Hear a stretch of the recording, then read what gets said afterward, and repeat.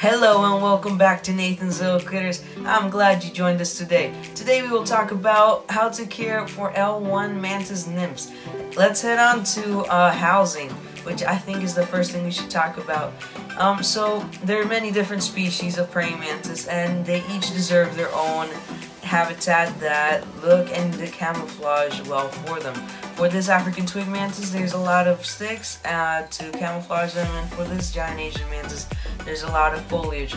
I will not talk about humidity and temperature right now. You can search up those in the web, which normally tell you what is a good condition for each species.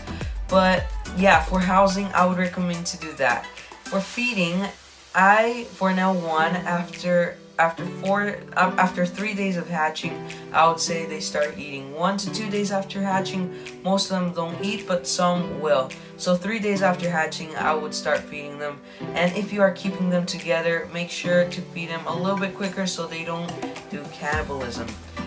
If it's not eating, it might be because it's about to molt, or it is just not for the appetite. Sometimes it is also too large. Make sure the prey isn't bigger than half of the mantis's body, or it may run away or jump away. So those are just some tips. But this is my spine flower mantis catching its prey. It is three-legged, as you can see, so even if your praying mantis loses a leg, it will still be able to catch its prey very good and sharply. So that's for feeding. As for handling, I would be very careful with L1s. They are really quick and they are really skittish.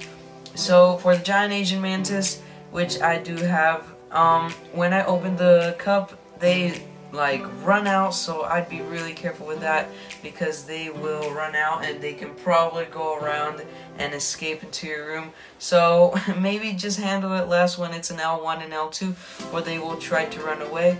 But the calmer mantis that I've had are my spine flower mantis, that as you can see on the video right now, and the African twig mantis. They're pretty chill, but the bigger mantids like giant Asian are really skittish and fast. As for molting and mismolts, this is a very broad topic that I'll do another video just for this.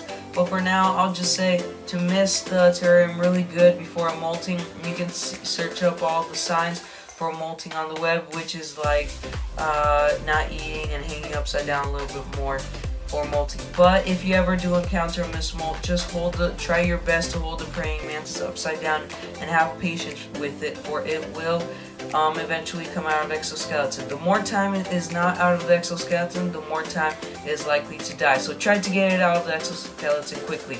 But thanks for watching this video. If you liked it, please like and subscribe.